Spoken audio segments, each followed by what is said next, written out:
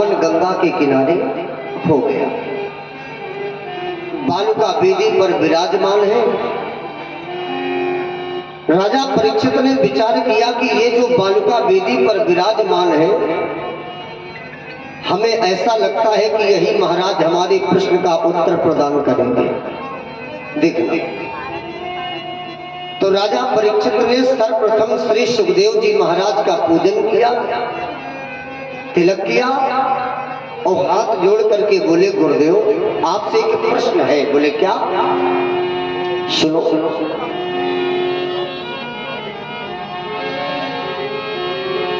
अतः प्रक्षामि, देखना कितना सुंदर प्रश्न किया। शमे सिद्धिं योगी नाम परमं गुरुम। महाराज आप देखने में तो योगियों के योगी परम गुरु लग रहे हो, लेकिन हमारा प्रश्न आपसे ये है कि पुरुषस्य यत् कार्यं म्रियमाणस्य सर्वथा। कितना अच्छा प्रश्न किया। बोले पुरुषस्य यत् कार्यं म्रियमाणस्य सर्वथा, माने मनुष्य को मरने के पहले क्या करना चाहिए, किसकी पूजा करे, किसकी कथा सुने, किसका हवन करे, किसका माला चलाए, जाके मानव जीवन का कल्याण हो जाए और इस आवागमन से उस व्यक्ति को मुक्ति मिल जाए। देखना देना, बड़ा अच्छा प्रश्न किया। महाराज जी कहते हैं, राजेंद्र इस प्रश्न को सुनकर के सुखदेव जी महाराज का हृदय गदगद हो गया। बोले वाह राजेंद्र, बहुत अच्छा प्रश्न किया। मैं तो सोच रहा था कि तुम अपने ही कल्याण के लिए प्रश्न करोगे, लेकिन तुम्हारे इस प्रश्न में बरियाने सुती प्रश्न, आपने बहुत अच्छा प्रश्न किया। क्यों? क्योंकि कृतो लो कहितेन्द्र को, मरिया ने सुनते प्रश्नाकृतो लोक कहते। राजेंद्र तुम्हारे इस प्रश्न में प्रत्येक लोगों का कल्याण छिपा है। सुनिए, महाराज जी कहते हैं, राजेंद्र बोले सुनो, मरने के पहले मनुष्य को 4 चीजों पर विजय प्राप्त करना चाहिए। अगर मनुष्य भवसागर से पार होना चाहता है, इस मानव जीवन का कल्याण चाहता है, तो वो 4 चीजें कौन है? तो श्लोक लिखा है, जिताश्वनु, बड़ा सुंदर श्लोक है। जिताश्वासो बोले जित संघो जितेंद्रिया, यही 4 चीजों पर विजय प्राप्त करना है। जितासन, जित धर आसन, आसन श्वास संग और इंद्रिय। मरने के पहले प्रत्येक मनुष्य को अपने आसन पर विजय प्राप्त करना है। और आसन बताओ कितने होते हैं? 84। जैसे पद्मासन। इन 84 आसनों में हमें आपको कोई एक आसन नियुक्त करना है। एक आसन पर सबसे ज्यादा बैठने का अभ्यास डालना। जब एक आसन पर बैठने का अभ्यास हो जाए तो समझ जाना मैंने अपने आसन पर विजय प्राप्त कर लिया। इसके बाद जितासुनु जिताश्वासु, आप आसन के बाद अपने श्वासों पर विजय प्राप्त करो। और मनुष्य 24 घंटे में श्वास बताओ कितने बार श्वासें लेता है? 21,600 बार। जितनी श्वासों को आप अतिरिक्त माने ज्यादा खर्चा करोगे, उतनी आयु आपकी कम होगी, और जितनी श्वासों को कम खर्चा करोगे उतनी आयु लंबी होगी। तो इसलिए अगर शरीर को निरोगी रखना है, सुनना जरा, अगर श्वासों पर विजय प्राप्त करना है तो प्रत्येक मनुष्य को प्राणायाम करना प्रारंभ कर देना चाहिए। अगर प्राणायाम करोगे तो श्वासों पर विजय मिलेगी, है ना। जब आप प्राणायाम के बदौलत श्वासों पर भी विजय प्राप्त कर ले तो तीसरा है जित संगो। शास्त्र कहता है, विद्वान कहते हैं कि जब तक हमारा आपका जीवन रहे तब तक हमें आपको सत्संग करना है। क्या करना है बोलो जरा? सत्संग। क्योंकि जीवन में सत्संग बहुत अनिवार्य है। अगर जीवन में सत्संग ही नहीं किया तो वो क्या जाने कि प्रेम क्या होता है, आनंद क्या होता है। देखना जरा, एक कविता याद आ गया, हमारे विद्वान जन कहते हैं, बोले जिस नर के दिल में दया नहीं, देखना जरा, जिस नर के दिल में दया नहीं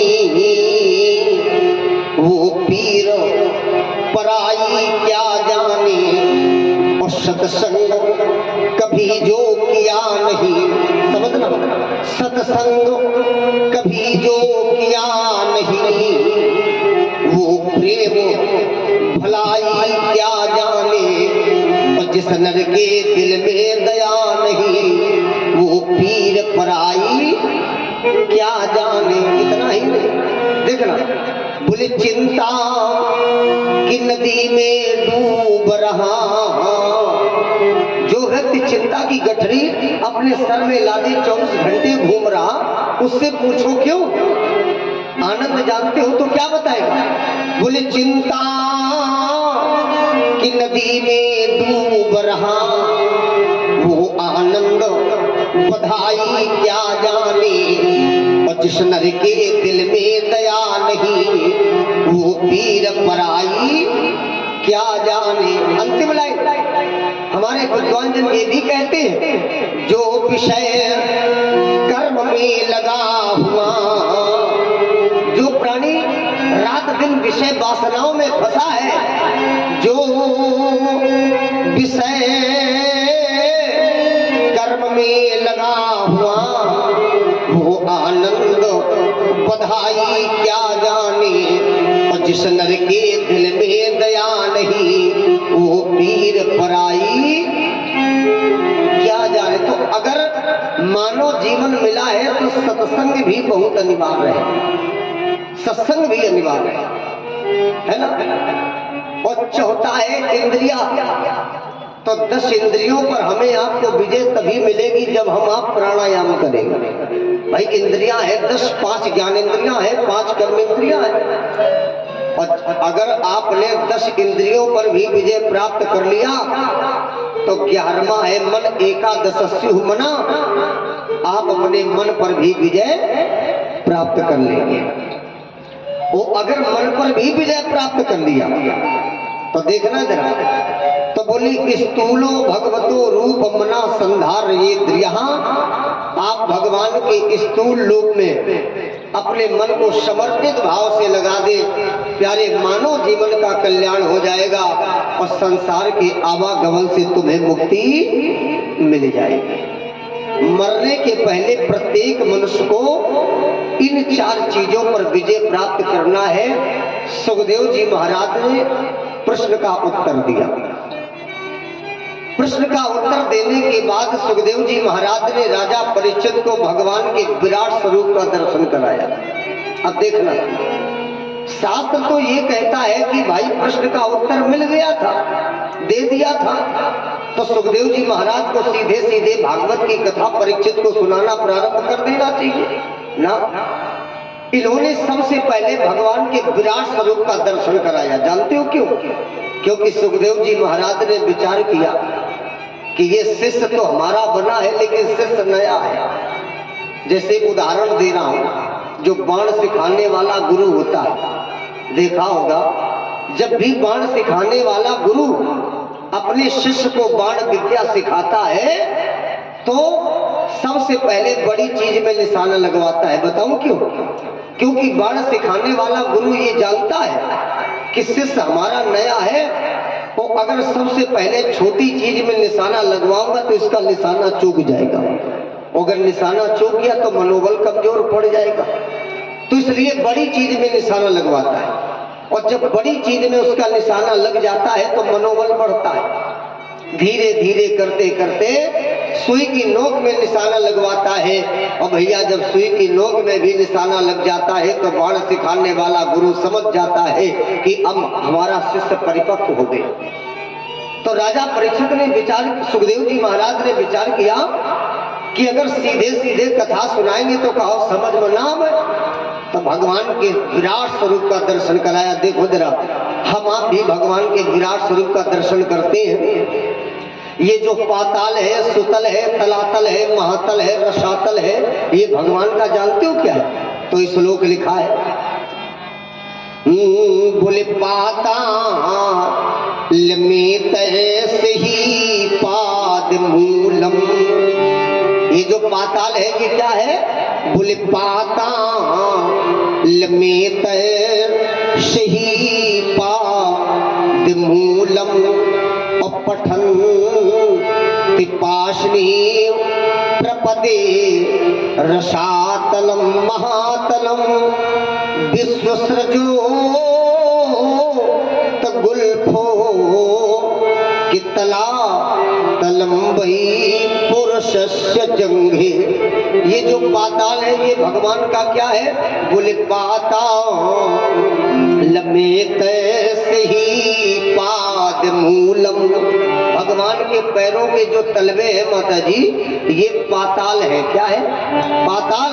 और बोले पठन पाशनी प्रपदे रसातलम। भगवान की एड़ियां और पैरों के पंजे क्या है?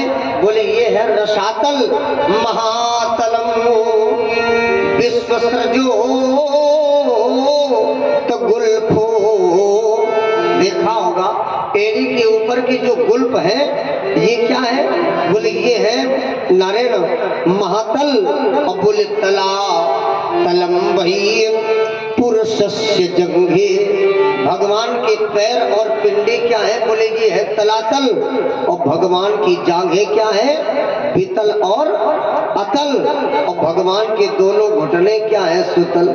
इस प्रकार से श्री सुखदेव जी महाराज ने राजा परीक्षित को सबसे पहले भगवान के विराट स्वरूप का दर्शन कराया। आओ जरा दोनों हाथ उठा करके जयकार लगाओ, बोले विराट भगवान की। अब भाई जब भागवत के अंतर्गत विराट स्वरूप का दर्शन करा दिया तो अब अगले अध्याय में कथा लगी है सृष्टि प्रकरण, माने सृष्टि की पावन कथा। इस संसार में सृष्टि की रचना कैसे भई, किसके द्वारा किया गया, कितना अथक परिश्रम करना पड़ा जब इस संसार में सृष्टि की रचना हो पाए। तो हमारे महाराज जी कहते हैं राजेंद्र, तो आओ जरा प्रेम के साथ मिलकर के बोलो और फिर सृष्टि की पावन कथा समस्त भक्त प्रेम के साथ भागवत जी के अंतर्गत श्रवण करेंगे। तो आइए प्रेम के साथ मिलकर के बोलेंगे, बोले कृष्णचंद्र भगवान की। कि बिछुड़े घनश्याम मिले कैसे, बिछुड़े घनश्याम मिले कैसे, बिछुड़े घनश्याम मिले कैसे, बिछुड़े घनश्याम मिले कैसे, बिछुड़े घनश्याम मिले कैसे, बिछुड़े घनश्याम मिले कैसे, बिछुड़े घनश्याम मिले कैसे, बिछुड़े घनश्याम मिले। जय हो।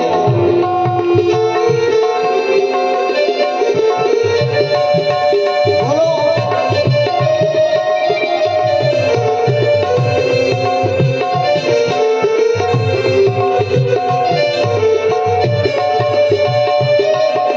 राधा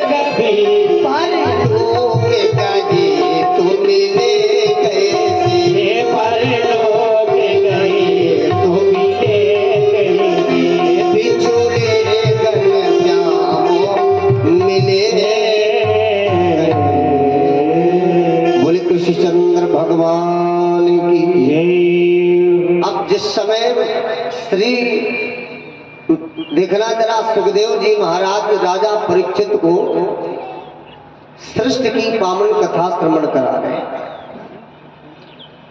ब्रह्मा जी ने सबसे पहले 5 अज्ञान की वृत्तियों को जन्म दिया। 5 अज्ञान की वृत्तियों के नाम है तम, मोह, महामोह, तामिश और अंधतामिश। इसके बाद ब्रह्मा जी ने ज्ञान का जन्म दिया। जो ज्ञान है उनका नाम बताऊं क्या है, देखना जरा। तो भागवत में श्लोक लिखा है, बुलशनो तम चो सनंदनम चो सनातन मथात्म भूम सनत कुमारम च मुनि निष्क्रियान ऊर्ध्वरे तसा। बोले ब्रह्मा ने 4 पुत्रों को जन्म दिया, सनक, सनंदन, सनातन और सनत कुमार, है ना। इन चारों पुत्रों ने पिताश्री ब्रह्मा को प्रणाम किया। महाराज प्रणाम, पिताश्री प्रणाम। ब्रह्मा बोले खुशी रहा बेटा। तो चारों पुत्रों ने कहा बताओ पिताजी मेरे लिए क्या आज्ञा है, बताओ। तो ब्रह्मा बोले बेटा तुम्हारे लिए आज्ञा ये है कि तुम्हें सृष्टि की रचना करनी है। तो चारों पुत्रों ने एक दूसरी गाय देखो और देखने के बाद हाथ जोड़ के बोले पिताश्री क्षमा करना। बोले काय भाई, तुमने कोनो गलती तो करी नहीं, क्षमा काय मांग रहे हो। बोले क्षमा इसलिए मांग रहा हूं क्योंकि जो कार्य आप हमें सौंप रहे हो पिताजी, ये कार्य हम लोगों से नहीं हो सकता। ब्रह्मा जी को बड़ा क्रोध आया और जिस समय ब्रह्मा जी को क्रोध आया तो भैया क्रोध के कारण ब्रह्मा की दोनों भौहें तिरछी हो गई। अब आप लोग सोचत ही हो वारे महाराज का गुस्सा में भौहें तिरछी हुई जाती। अरे भौहें छोड़ो, अगर हमारी बात पर विश्वास न होए तो माता जी जब गुस्सा आवे तो एक बार शीशा के सामने ठाड़ी हुई जाए, अपो चेहरा देख ले, तुम्हारी कसम चेहरे बिगड़ो मिली है। देख तब ब्रह्मा जी को जिस समय क्रोध आया तो क्रोध के कारण भैया ब्रह्मा जी की भौहें तिरछी हो गई। तो भौहों के बीच से एक नीले रंग का बालक प्रकट हुआ और जैसे ही वो बालक पृथ्वी पर गिरा तो देखना वो बालक पृथ्वी पर गिरते ही गिरते बड़ी तेजी से रोया। ब्रह्मा बड़े प्रसन्न भय, बोले वाह पुत्र, तू जन्म के समय रोया है, आज हम तुम्हारे ऊपर अति माने विशेष प्रसन्न है और मैं तेरे नाम रख रहा हूं। तो बालक का नाम ब्रह्मा ने बताओ क्या रखा, इस श्लोक लिखा है, बोले यद रोदी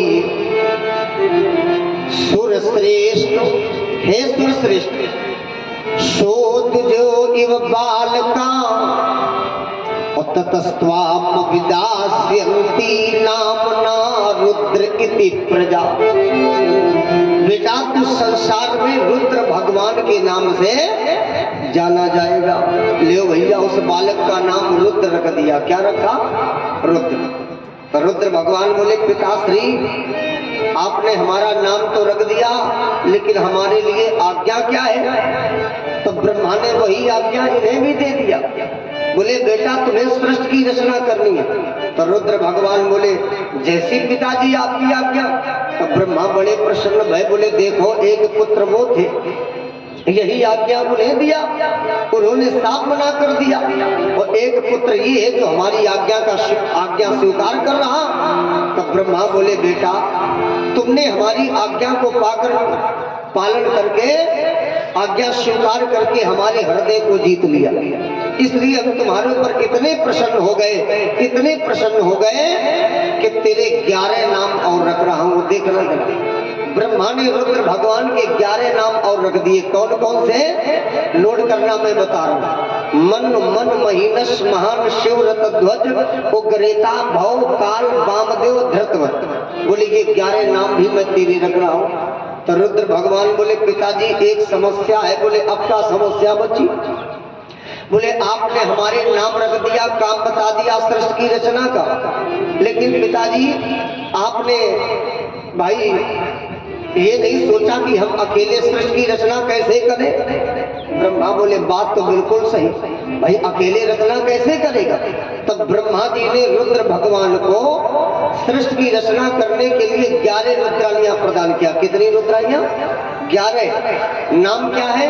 धी, व्रति, उष्णा, उमा, नियुक्ति, शर्ष, इला, अंबिका, इरावती, सुधा और दीक्षा।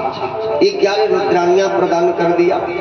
अब ब्रह्मा जी ने माने रुद्र भगवान ने फिर प्रणाम किया। बोले पिताश्री अब एक समस्या और बची। बोले अब क्या बची? लाओ जरा वो भी पूर्ण कर दे। कैसी समस्या? तो रुद्र भगवान बोले पिताजी आपने हमारे नाम रख दिया, काम बता दिया है ना, और 11 रुद्राणियां प्रदान कर दिया, लेकिन आपने ये नहीं सोचा भाई आपने रहने के लिए स्थान तो दिया नहीं, हम कहाँ रह करके सृष्टि की रचना करें। ब्रह्मा बोले बात तो बिल्कुल सही, भाई रहने के लिए स्थान भी होना चाहिए। तब ब्रह्मा जी ने रुद्र भगवान को रहने के लिए 11 स्थान दिए। कितने स्थान? 11। कौन कौन से? नोट करना। पहला स्थान रुद्र भगवान को रहने के लिए ब्रह्मा जी ने हृदय प्रदान किया। अब आप लोग सोचते ही हमारे महाराज कोई प्रमाण है कि रुद्र भगवान हृदय में वास करते हैं? तो सुनना जरा, अगर पूजा करते हो या नहीं करते हो है ना, लेकिन ये याद सबको होगा, भले इस समय याद ना रहा हो, हम आप पूजा के समय बोला करते ही बड़ा सुंदर। क्या बोलते हैं? बोले कर्पूर गौरम, याद है सबको? करुणावतारम संसार सारम भुजगेंद्रहारम सदा वसंतम हृदयारविंदे भवम भवानी सहितम नमामि। अब कर्पूर गौरम याद तो सबको है, लेकिन कभी कर्पूर गौरम का अर्थ जानने का प्रयत्न किया? अर्थ जानने के बाद इसे पढ़ना, फिर देखना आपको आनंद ही कुछ और मिलेगा। इसका अर्थ भी बड़ा सरल है। क्या है? बोले कर्पूर गौरम माने हमारे प्रभु कर्पूर, कपूर की तरह से गौरम माने गोरे हैं। और करुणावतारम वो करुणा के अवतार है। और संसार सारम संसार के सार तत्व है। और भुजगेंद्रहारम माने भोलेनाथ के गले में हार किसका पड़ा है? भुजगेंद्र माने सर्प का। सदा वसंतम, देखना कितनी अच्छी बात लिखी, सदा वसंतम, हर समय भगवान कहाँ बसते हैं? तो प्रमाण मिला। बोले हृदयारविंदे, सभी के हृदय में, और अकेले नहीं, किसके साथ? कि भवम भवानी सहितम नमामि, मैं उन भवम भवानी को कोटिशाह प्रणाम कर रहा हूँ, प्रणाम कर रहा हूँ, प्रणाम कर रहा हूँ। ले भैया 11 स्थान रुद्र भगवान को रहने के लिए ब्रह्मा जी ने प्रदान किया। कौन कौन से? हृदय, इंद्री, प्राण, आकाश, वायु, अग्नि, जल, पृथ्वी, सूर्य, चंद्रमा, तप। बोले जाओ पुत्र तुम इन्हीं 11 स्थानों में रह करके तुम सृष्टि की रचना करो। देखना जरा, अब रुद्र भगवान पिताश्री ब्रह्मा को प्रणाम करके और उन्हीं 11 स्थानों में रह करके इन्होंने सृष्टि की रचना करेगा। लग्गा लगाओ। और आप लोग तो जानते ही हो रुद्र भगवान कैसे है? बोले विकट भेषधारी है ना, तो जैसे अपना ले भैया उसे रचना करेगा, लग्गा लगा दो। ब्रह्मा बोले काय भैया, हमने यो थोड़ा कहो तो कि जैसा अपना वैसे ही रचना कर। अरे बंद कर ऐसी सृष्टि, ऐसी सृष्टि से क्या फायदा? और ब्रह्मा के मुख से रुद्र भगवान के लिए एक ही शब्द 3 बार निकला, बेटा तप कर, तप कर, तप कर, जाके तो हरि को सुगमता से प्राप्त हो सके। ले भैया अब उस सृष्टि को ब्रह्मा जी ने रोक दिया, है ना, रोक दिया। अब ब्रह्मा जी ने विचार किया अब क्या करें, सृष्टि की रचना कैसे हो? तो इस बार ब्रह्मा ने 10 पुत्रों को जन्म दिया। देखना जरा, 10 पुत्रों को जन्म दिया। तो मैं भागवत का एक श्लोक सुना रहा हूँ, और एक ही श्लोक में 10 के नाम लिख दिए, नोट करना। देखना श्लोक कौन है कि मरीच अंगिरा रसो पुलस्या पुलहा क्रतु भृगुर्वसिष्ठो दक्षस्य दशमस्तस्य नारदम। देखना, इस बार ब्रह्मा ने 10 पुत्रों को जन्म दिया। मरीच, अत्रि, अंगिरा, पुलस ऋषि, पुलय, क्रतु, भृगु, वशिष्ठ, दक्ष और नारद, माने 10 पुत्रों को ब्रह्मा जी ने इस बार जन्म दिया, है ना। तो राजा परीक्षित ने कहा, गुरुदेव अभी तक आपने जितनी भी कथा सुनाई, एक एक चीज बताते हुए आप आगे बढ़े, लेकिन यहाँ तो सीधे सीधे आपने कह दिया कि इस बार ब्रह्मा ने 10 पुत्रों को जन्म दिया। मरीच, अत्रि, अंगिरा, पुलस ऋषि, पुलय, क्रतु, भृगु, वशिष्ठ, दक्ष, नारद। लेकिन गुरुदेव मैं आपसे ये जानना चाहता हूँ कि ये 10 पुत्र ब्रह्मा के किस किस अंगों से जन्म लिया। देखना जरा कितनी अच्छी बात कही, कितना अच्छा प्रश्न किया। अगर कोई प्रश्न कर दे कि ब्रह्मा ने जो 10 पुत्रों को जन्म दिया था, है ना, इन 10 पुत्रों का जन्म ब्रह्मा के किस अंग से हुआ, तो आप बता देना कि इन 10 पुत्रों में सबसे बड़े वाले पुत्र का नाम है मरीच महात्मा, है ना। मरीच महात्मा का जन्म ब्रह्मा के मन से हुआ। किससे हुआ बोलो जरा? मन से। और दूसरे पुत्र है अत्रि महात्मा, और अत्रि महात्मा को तो सभी लोग जानते होंगे, है ना। अनसुईया के पति का क्या नाम है बोलो जरा? अत्रि, है ना।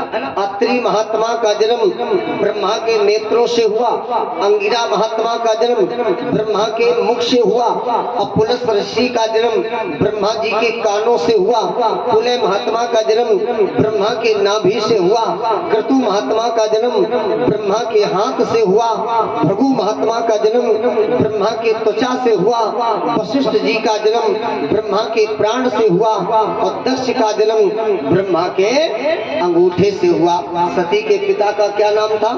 दक्ष। ये ब्रह्मा के 9वें पुत्र हैं। तो दक्ष का जन्म ब्रह्मा के अंगूठे से हुआ। और बोले दशमस्तस्य नारदम, है ना। अब नारद जी को तो सभी लोग जानते ही हो, इनका नाम नारद ऐसे थोड़ा पढ़ो ना। माता जी, नारद जी में एक बहुत बड़ी विशेषता पाई गई। नारद का शाब्दिक अर्थ कभी किया है? हमारे साथ धीरे धीरे नारद नारद 2-4 बार कहो, देखो कितना सरल अर्थ निकलत, ज्यादा दिमाग लगाने की जरूरत नहीं। नारद का शाब्दिक अर्थ है नारद, नारद, नारद। और सरल भाषा में बताऊं, नारद जी महाराज की जल्दी जल्दी बात माता जी रद्द नहीं होत, और भैया जहाँ आगे नहीं लगा धुल कुइया छुआया हमारे नारद जी महाराज। दुनिया का बांधो आदमी बस सकत, लेकिन अगर नारद को काऊ को बांध दे तो भैया जब गिरी है तो प्राणे जी ये बचेगा कौन जो है वो नहीं, प्राणी जाएंगे। महाराज जी कहते हैं, राजेंद्र देवर्षि नारद जी का जन्म ब्रह्मा जी के गोद से हुआ। ये 10वें पुत्र है नारद जी महाराज, है ना। दशमस्तस्य नारदम। इसके बाद महाराज जी कहते हैं, राजेंद्र, है ना, ब्रह्मा के दाएं स्तन से धर्म का जन्म हुआ। ब्रह्मा के पीठ से अधर्म का जन्म हुआ। ब्रह्मा के मुख से अधिष्ठात्री देवी मैया सरस्वती का जन्म होता है। प्रेम से जय कर लगाओ, बोले सरस्वती मैया की जय। सरस्वती मैया का जन्म ब्रह्मा के मुख से हुआ, है ना। वो छाया या कर्दमो जग्गे देवहूत्या पति प्रभु। छाया से देवहूति के पति कर्दम जी उत्पन्न हुए। इस तरह से सारा संसार जगत करता ब्रह्मा के शरीर से मन से जन्म लिया। अब ब्रह्मा जी ने विचार किया कि भाई संसार में नर सृष्टि कैसे हो, तो देखना जरा, नर सृष्टि करने के लिए इस बार ब्रह्मा जी ने एक स्त्री और एक पुरुष के जोड़े को जन्म दिया। ध्यान तो सुनना, जो स्त्री रूप में है उनका क्या नाम है, और जो पुत्र रूप है उनका क्या नाम है। तो देखना, गोस्वामी जी महाराज बड़ी सुंदर चौपाई लिख रहे हैं। क्या लिखा?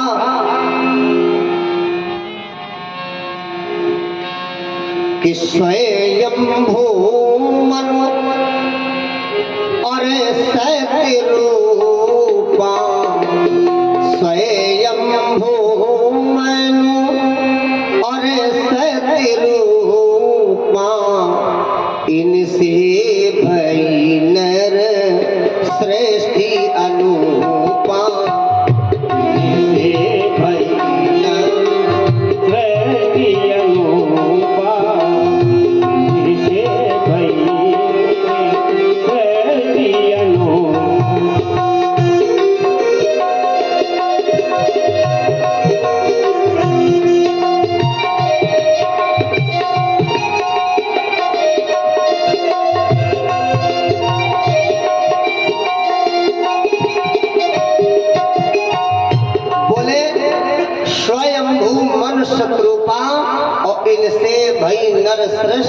बोलो ना, अनूपा, है ना। तो राजा परीक्षित ने कहा गुरुदेव आपने तो सीधे सीधे कह दिया कि इनसे भाई नर सृष्टि अनूपा, लेकिन गुरुदेव मैं ये जानना चाहता हूँ कि महारानी शत्रुपा से सबसे पहले कितने पुत्र और कितनी कन्याओं ने जन्म लिया। देखना जरा, तो आप भागवत उठा करके देखना, गोस्वामी जी महाराज ने बड़ी सुंदर, गोस्वामी जी महाराज ने लिखा है ना, या भागवत उठा करके देखो तो भागवत का मैं एक श्लोक सुना रहा हूँ। महारानी शत्रुपा से सबसे पहले 2 पुत्र और 3 कन्याओं ने जन्म लिया। नाम जानते हो क्या है? तो भागवत में श्लोक लिखा है, प्रियव्रतो, 2 पुत्र है, प्रियव्रत और प्रियव्रतो तानि पादौ, तीसरा कन्यास्य भारता, 3 कन्या है। नाम आकुति, देवहूतिश्च प्रसूतिर्ति सप्तमा। देखना जरा, 3 कन्या है। नाम आकुति, देवहूति और बोलो प्रसूति, है 3 पुत्रियां हैं महाराज मन की। अब महाराज मन की जब ये तीनों पुत्रियां सयानी हो गई तो जानते हो महाराज मन ने अपनी तीनों पुत्रियों का विवाह कर दिया। देखना जरा, किरकी साथ में किया। जो सबसे बड़ी वाली पुत्री है जिसका नाम है आकुति, तो आकुति का विवाह महाराज मन ने रुचि प्रजापति के साथ में कर दिया। अब भाई जब आकुति का विवाह रुचि प्रजापति के साथ में हो गया तो इनसे यज्ञ नामक पुत्र का जन्म हुआ, है ना। और इनसे जो है नारायण भगवान स्वयं लक्ष्मी रूपा दक्षिणा का जन्म होता है। प्रेम से जय कर लगाओ, बोले लक्ष्मी नारायण भगवान की जय। सब लोग जय जयकार कर रहे हैं। कैसे? तो आओ जरा हम आप भी जय जयकार करते हैं कि श्रीमन नारायण हरिमन नारायण नारायण नारायण, श्रीमन नारायण नारायण भजमन नारायण नारायण नारायण, भजमन नारायण नारायण नारायण, श्रीमन नारायण नारायण नारायण, श्रीमन नारायण नारायण नारायण, श्रीमन नारायण नारायण नारायण, श्रीमन नारायण नारायण नारायण, भजमन नारायण नारायण नारायण, श्रीमन नारायण नारायण नारायण। जय हो नारायण। ताली बजाते हैं, आनंद के साथ मस्ती में हरि बोल।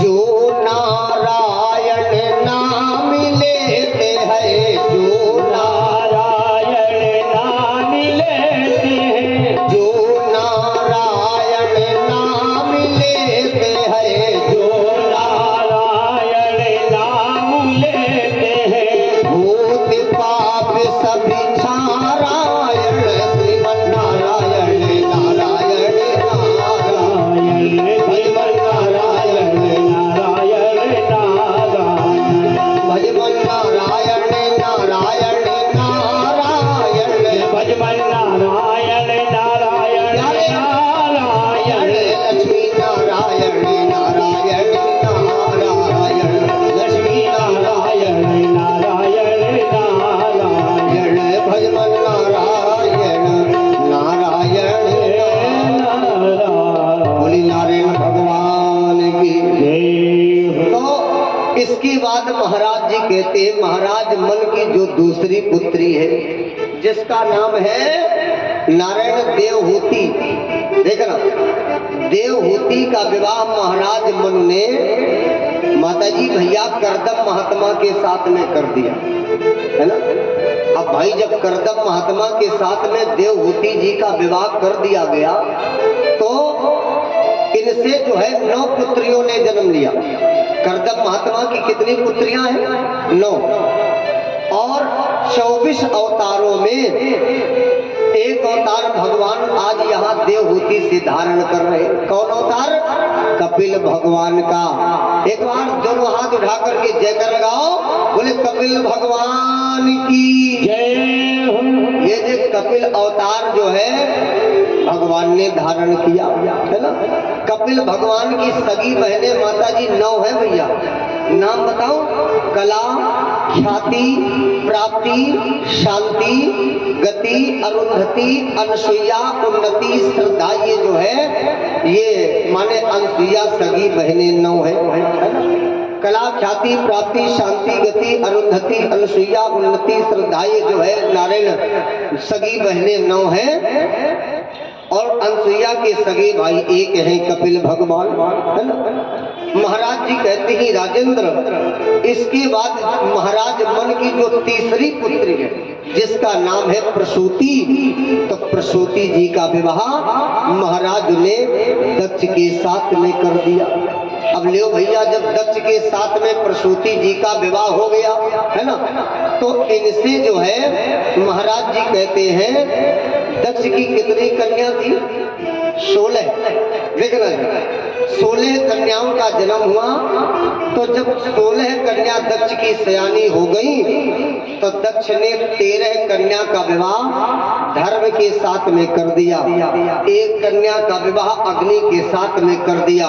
एक कन्या का विवाह पितरों के साथ में कर दिया। 13 2 कितने भय? 15। अब कन्या है 16। तो जो सबसे छोटी वाली पुत्री है भैया जिसका नाम है सती, तो आप सभी लोग जानत हो सती जी का बियाह के साथ है? भाव बोलो जरा। भोलेनाथ के साथ में, है ना। भोलेनाथ जी के साथ में सती जी का ब्याह हुआ। तो कहने का मतलब, कहने का भाव, इस संसार में माताजी भैया जितने भी नर सृष्टि दिखाई पड़ रही, माने हम आप किनकी संतानें हैं? बोलो जरा। मनु और शत्रुपा की। मानस कह रही है कि स्वयंभू मनु और शत्रुपा, और इनसे भई नर सृष्टि अनूपा। बोले स्वयंभू मनु शत्रुपा, इनसे भई नर सृष्टि अनूपा। और मैं तो कह रहा हूँ, देखना, मैं तो कह रहा हूँ कि इस संसार में भैया माताजी ऐसा कोई भी प्राणी नहीं है जिसने सृष्टि का खेल न खेला हो। अब आप चिंता में पड़ गए, महाराज कैसी बातें कर रहे हो, हैं? संसार के हर प्राणी को आपने एक तराजू में तौल दिया, तो ये यथार्थ सत्य है। इस संसार में संसार के हर प्राणी ने सृष्टि का खेल खेला है। वो कब खेला? बोले बाल्यावस्था में। कब खेला? बोलो जरा। बाल्यावस्था में। एक बात हमें याद आ गई, बाल्यावस्था में छोटे छोटे बच्चे एक बड़ा सुंदर खेल खेलते हैं। बताऊं कौन सा खेल है? हमें अभी भी याद है, बड़ा सुंदर खेल है। अक्को बक्को तीन तिलको लौआ लाठी। बताओ सब जने खेलती रहे कि नहीं खेलती रहे? खेला सबने। देखो हम पूरा सुना रहे, ये खेल कैसा है? अक्को बक्को तीन तिलको लौआ लाठी, बनके ठाठी भाग झूले झुलझुलिया झूले, श्रावण भाद करोंदा फूले, फूल फूल फुलवारी में बाबा गए दिल्ली, हुआ तिलैती बिल्ली, एक बिल्ली कानी मधवा की नानी। और बाद में हाथ थपथपा के बोले लीपा पोती थप थप। इसका मतलब जानते हो क्या है? ये जो अक्को बक्को का खेल है, याद रखना मेरी बात। यहाँ इतने भक्त कथा स्थल पर बैठे हुए हैं, याद रखना, अगर भगवत चर्चा श्रवण कर रहे हो, अगर ये आपके नन्हे मुन्ने बच्चे, छोटे बच्चों की बात कर रहा हूँ, नन्हे मुन्ने बालक, अगर ये अक्को बक्को का खेल खेल रहे हो, तो ये खेल खेलते समय उन बच्चों को मारना डांटना, बोलो जरा, नहीं चाहिए। क्यों? ऐसा इस खेल में क्या है? क्योंकि ये छोटे छोटे बच्चे मानो ये खेल खेल करके पूरी सृष्टि का वर्णन भैया करते। इस अक्को बक्को में पूरी सृष्टि का वर्णन है। अब आप लोग सोच रहे होगे महाराज कैसी बातें कर रहे हो, आप कह रहे हो कि इसमें पूरी सृष्टि का वर्णन है, कोई प्रमाण है? तो आओ जरा मैं आपको प्रमाण ही दे रहा हूं। अभी तक भागवत के अंतर्गत सृष्टि की कथा सुनी, अब आओ इस अक्को बक्को के माध्यम से सृष्टि की कथा सुना रहा हूं। देखो, देखा होगा छोटे छोटे बच्चे गोलाकार बैठ करके सबसे पहले कहते हैं अक्को। तो अक्को का मतलब क्या होता है? अक्को का मतलब होता है एक। क्या होता है? अक्को का मतलब होता है एक। फिर बच्चे खेल में बोले अक्को बक्को, तो बक्को माने दुई नाई, इशारा मैंने किया। अक्को का मतलब होता है एक और बक्को का मतलब होता है ब्रह्म। क्या होता है? ब्रह्म। तो अर्थ बिल्कुल साफ है कि जब अक्को माने एक होता है, बक्को माने ब्रह्म होता है, तो अर्थ बिल्कुल साफ निकल रहा कि एको ब्रह्म द्वितीयो नास्ति। ब्रह्म एक है, अनेक नहीं। जैसे हमारी आपकी आत्मा एक है, अनेक। बोलो जरा भाई, आत्मा तो एक ही है, तन जरूर अलग अलग है। ब्रह्मा जी के पास देखो कितने सांचा हैं, यहाँ इतने भक्त बैठे, कोई एक जैसो बैठो है, चिंतन करना। आत्मा तो हमारी आपकी सबकी एक ही है। तो एको ब्रह्म द्वितीयो नास्ति। फिर बच्चों ने खेल में कहा तीन तिलकों, तो तीन तिलकों में कौन आ गए? ब्रह्मा, विष्णु और महेश, है ना। अब भाई लोगों ने प्रश्न किया कि ब्रह्मा जी का जन्म कैसे हुआ, है ना। तो बच्चे खेल में क्या बोले? बोले लौवा लाठी। अभी समझ में नहीं आएगा और सरल भाषा में इसे स्पष्ट करूं। बोले क्षीर सागर में भगवान विष्णु किसके ऊपर लेटे थे? क्यों परिचित? शेषनाग के ऊपर। किसके ऊपर? शेषनाग के ऊपर। तो जब भगवान विष्णु शेषनाग के ऊपर क्षीर सागर में लेटे हैं, तो भगवान विष्णु के नाभि से पहले क्या निकला बताऊं? पहले लाठी निकली। क्या निकली? बोलो जरा। लाठी। और जब नाभि से वो लाठी निकली, तब वो लाठी भगवान के नाभि से निकल करके हजारों कोसों ऊपर गई और उसी लाठी के ऊपर बन करके टाठी माने थाल की तरह से कमल का पुष्प खिल गया, है ना। और नहीं कह देती जल, जल से विष्णु, विष्णु से कमल और कमल से ब्रह्मा। ऐसे ब्रह्मा जी का जन्म हुआ, है ना। अब भाई जब कमल के पुष्प पर ब्रह्मा जी बैठे हैं, तो वायु चलती है, हवा चलती है, तो ब्रह्मा जी कमल के पुष्प पर बैठ करके बताऊं क्या कर रहे? तो बच्चे खेल में कैसा तुकतान भिड़ गया? बोले भाग झूले झुलझुलिया झूले। भाई कमल के पुष्प पर बैठे हैं तो वायु चलती है, हवा चलती है, तो कमल के पुष्प पर बैठ करके ब्रह्मा जी झूला जैसे झूल रहे। तो बच्चे खेल में कैसा तुकतान भिड़ कर रहे? बोले भाग झूले झुलझुलिया झूले। सावन भादव के महीने में देखो नदी नारे ताल तरंगे भरते हैं, सुंदर सुंदर पुष्प खिलते हैं। बोले सावन भाद करुणा फूले, फूल फूल फुलवारी में। और बोले बाबा गए दिल्ली, अब मर गई बाबा को है। बाबा कौन है? तो बोले बाबा गए दिल्ली। माता जी बाबा है ब्रह्मा। बाबा कौन है? बोलो ब्रह्मा।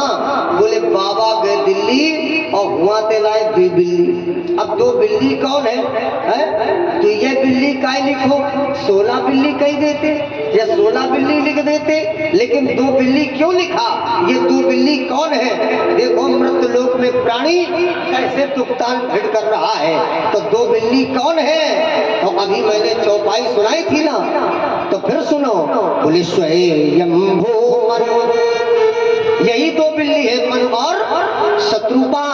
बोले स्वयंभू मनु अरे शत्रुपा, और इनसे भई नर सृष्टि अनुपा।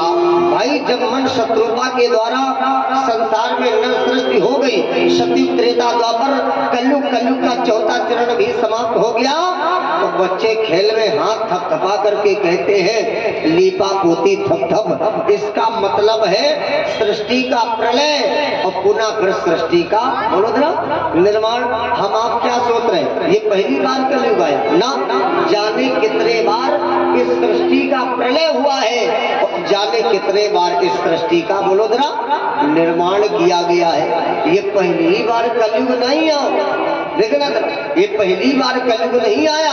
क्यों? क्योंकि हमारे विद्वान जन कहते हैं तो ऐसा नहीं है।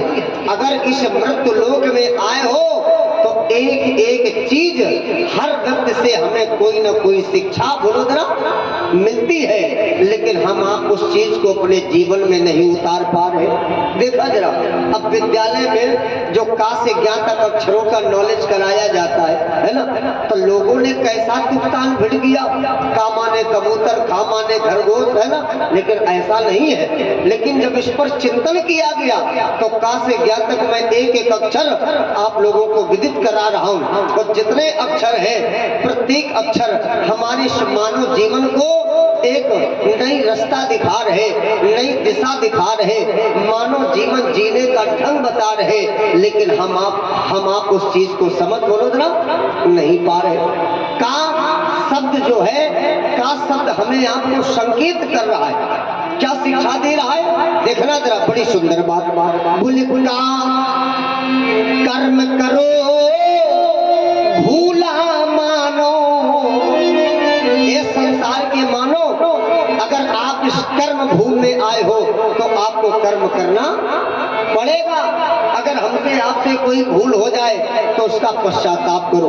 बोले का कर्म करो भूला मानो, खा खा ली हाथों जाना है। हम आप सब लोग जानते हैं खाली हाथों जाना है, ना हम आप कुछ लेकर के आए हैं, ना कुछ लेकर के बोलो जरा है जाना है। एक हमें बिंदु याद आ गया, हमारे संत विद्वान जन कहते हैं, बोले रहना नहीं देश बिराना है, वो आके फिर लौट के जाना है। ये जीवन जानते हो क्या है? ये जीवन है माटी का ढेला, क्योंकि जब तक शरीर के अंदर आत्मा है, श्वास है, हम आप चल रहे, सुन रहे, बोल रहे, और श्वास से आत्मा निकली तो ये मिट्टी का पुतला एक दिन मिट्टी में बोलो जरा मिल जाना है। ये जीवन है माटी का ढेला, और पानी पड़े घुल जाना है, रहना नहीं देश बिराना है, वो आके फिर लौट के जाना है। ये जीवन देखना जरा, ये जीवन है अरे पीपल का पत्ता। भाई पीपल का पत्ता कब तक हरा भरा रहता है? जब तक उस पर रस जाता है। क्या जाता है बोलो जरा? रस। और रस जाना बंद, सूख गया, और एक दिन ऐसी हवा चली कि वो भी वृक्ष से टूट करके नीचे गिरा पृथ्वी पर, तो इसी मिट्टी में वो पत्ता भी बोलो जरा। ये जीवन है पीपल का पत्ता, और हवा लगे उड़ जाना है, रहना नहीं देश बिराना है, और आके फिर लौट के जाना है। अंतिम लाइन एक संत बोले, सुनो मैं भी कहना चाहता हूँ। बोले क्या? बोले ये जीवन, क्या बोले? ये जीवन है हाँ झील और झांखर। अब आप लोग चिंता में पड़ गए, महाराज कैसी बातें कर रहे हो? ये जीवन झील झांखर बताया, तो झील झांखर बताऊं क्या है? हमारे आपके जीवन में भैया माता जी माया का बंधन ही झील झांखर बोलो जरा है। और इस झील झांखर में हम आप लोग इतने उलझे हैं, इतने फंसे हैं। सुनो, बोले ये जीवन है झील और झांखर, बोले उलझ उलझ मर जाना है, रहना नहीं देश बिराना है, और आके फिर लौट। तो मैंने अभी क्या बताया था? का कर्म करो भूला मानो, खा खाली हाथों जाना है, गा गर्व न करके ए प्राणी मत करो अहंकार, क्योंकि कोई भरोसा बोलो जरा नहीं है। गा गर्व न करके ए प्राणी, घाघर का कवन ठिकाना है, चा चंचल माया में फंसकर। मनुष्य संसार की चंचल माया में कितना फंसा है? चा चंचल माया में फंसकर छाछर छंद मचाया करता है, जा जा जान की करता मनमानी। जानता है फिर भी मनमानी चला रहा है, थोड़ी थोड़ी थोड़ी जगह में लड़ो मरो जानो। बोलो सही बता रहा। मनुष्य को वैराग्य कहाँ मिलता है? जब को कभी ठूरे जा फूकर कहा जाता है। जब किसी को जलाने जाता है तो गंगा के किनारे का भैया को का नहीं हो, थोड़ी थोड़ी जगह में लड़त पड़त रहे। देखो आज सब कैसे फूक रहे परे परे क्या ले गए? तो बोले जा जान कि करता मन मानी, जा झगड़े झूठे। बोलो जरा करता है। एक बात बताए माता जी, देखो मैं ये नहीं कहता कि किसी के मृत्यु पर आप रो नहीं, खूब रो, आपको जब याद आवे तब रो। क्यों?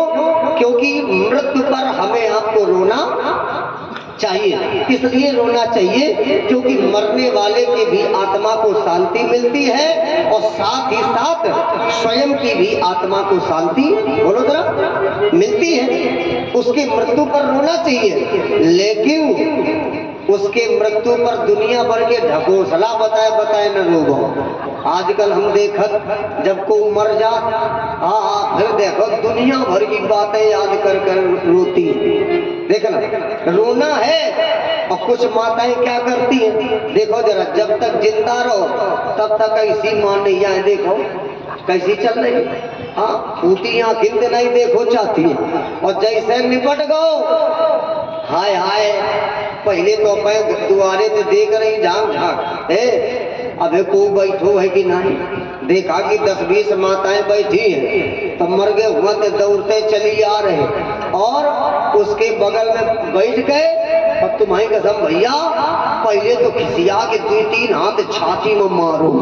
हाँ मारत जा रही छाती में, और अपने मन में का कह रही, मर गई जब तक जिंदा रहो तब तक तो मार नहीं पाई, ठुके तो जा रहे आज एक ठोक लियो दम भर, मौका बढ़िया मिलो है, और छाती में मारत जा रही। और का कह रही, हाय तुम कितने नीके हते, तुमने हमें नहीं बताओ साथ है बहुत चली चलती।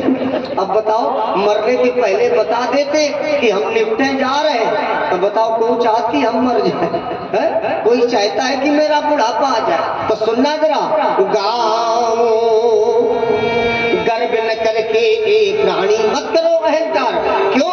क्योंकि घाघर का कवन ठिकाना है ना। चा चंचल माया में फंसकर छाछर छंद मचाया करता है, जा जान के करता मनमानी, झा झगड़े झूठे करता है, टाटार नहीं सह सकती है। विधाता ने जो लिख दिया याद रखो, वो टलने वाली बोलो जरा नहीं है। टाटार नहीं सह सकती है, ठगियों के पर चक्कर में डांट डांट पड़ेगी जब यम की, उठा ढूंढे नहीं ठिकाना है, तातन का कवन भरोसा है। देखना जरा, इस शरीर का कोई भरोसा बोलो जरा नहीं है। तातन का कवन भरोसा है। क्यों? क्योंकि थक जाएगी श्वास तेरी, ये श्वास पता नहीं कब थक जाए। तातन का कवन भरोसा है, थक जाएगी श्वास तेरी, दातम भरता धा धन के लिए, नानेक न जाए खजाना है। पंच तत्व है अलग अलग। क्यों? क्योंकि 5 तत्वों को मिला करके माता जी भैया इस मानव शरीर का निर्माण किया गया। बोलो भैया 5 तत्व कौन? बोले छित जल पावक गगन समीरा, है ना। देखना जरा, बोले पंच तत्व है अलग अलग अलग अलग। और आप सब लोग जानते हो इसी 5 तत्वों के बीच में एक पक्षी फंसा, और उस पक्षी का क्या नाम है? जरा जोर से बोलो, मैं बताऊं। उस पक्षी का नाम है आत्मा। क्या नाम है? आत्मा। भाई इस 5 तत्वों के बीच में ये आत्मा ही तो फंसी है। ये आत्मा हमारी आपकी कब विवश हो जाती है? जब हम आप बोले पंच तत्व है अलग अलग, फंसा हुआ टिकला पक्षी, पाप विवश हुआ भा भक्ति बिना। जब मनुष्य भक्ति नहीं करता, कथा नहीं सुनता, साधना नहीं करता, बाप विवश हुआ भा भक्ति बिना, और अंत में माँ मल मल कर पछताना है। या यार नहीं रा राम बिना, या यार नहीं रा राम बिना, ला लाकर धर जाना है, बापसू नहीं सा साधु कहाँ, जिससे सच्चा सुख पाना है। खड़ चक्र योग द्वारा मानो, देखना अंतिम में क्या लिखा, बोले खा खड़ चक्र योग द्वारा मानो, हा से हरि गुण गाना है। अगर मृत लोक में आए हो तो हरि गुण गान करो, कथा भागवत सुनो। खा खड़ चक्र योग द्वारा मानो, हा से हरि गुण गाना है। छा छत्र योग का आश्रय लो, क्या ज्ञानी बन समय बिताना है। अगर मृत लोक में आए हो तो हमें आपको ज्ञानी बनकर के अपना जीवन यापन बोलो ना करना चाहिए। कथा भागवत रामायण का अध्ययन करना चाहिए, गीता का अध्ययन करना चाहिए, जाकि हमारा जो है भगवत कृपा हो, ठाकुर जी की कृपा हो, हम आप पर ना रहे।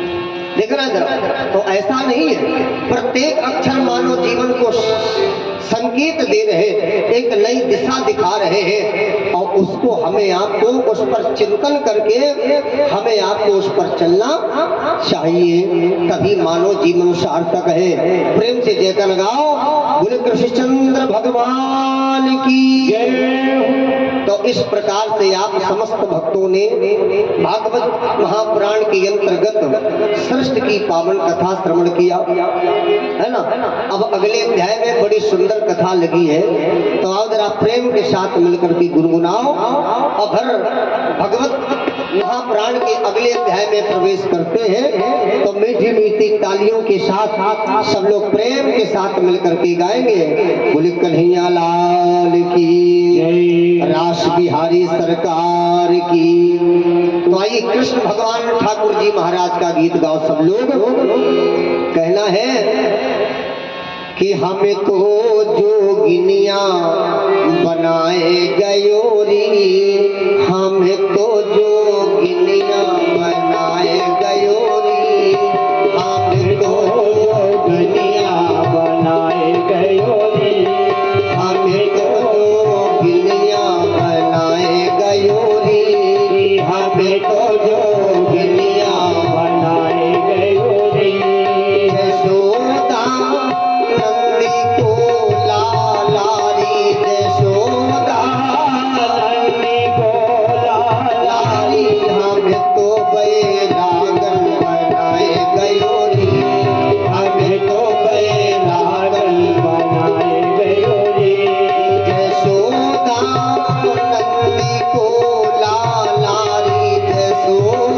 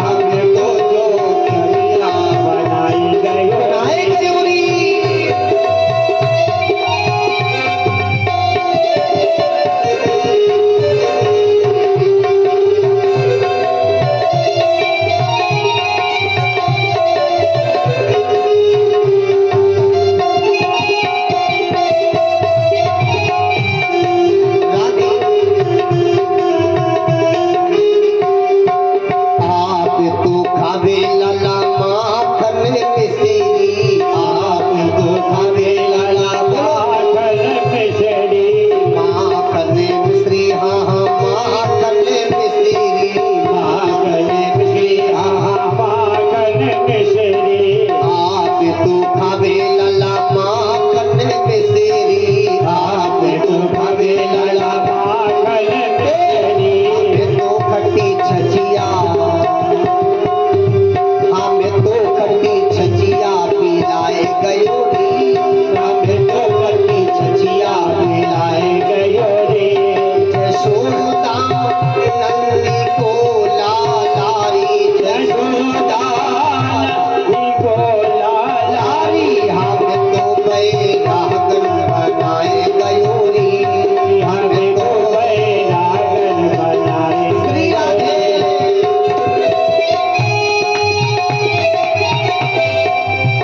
काली जी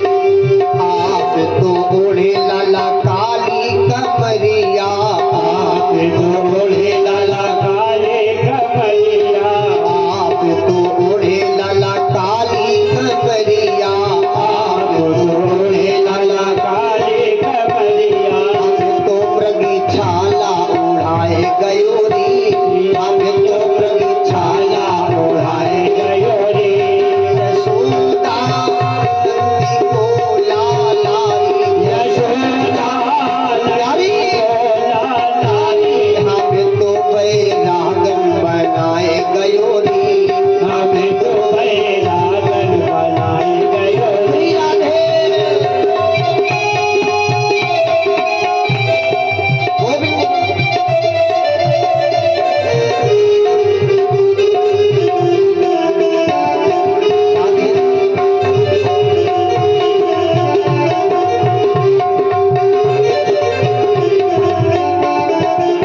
आप तो जाए के द्वारिका बसी गए आप तो जाए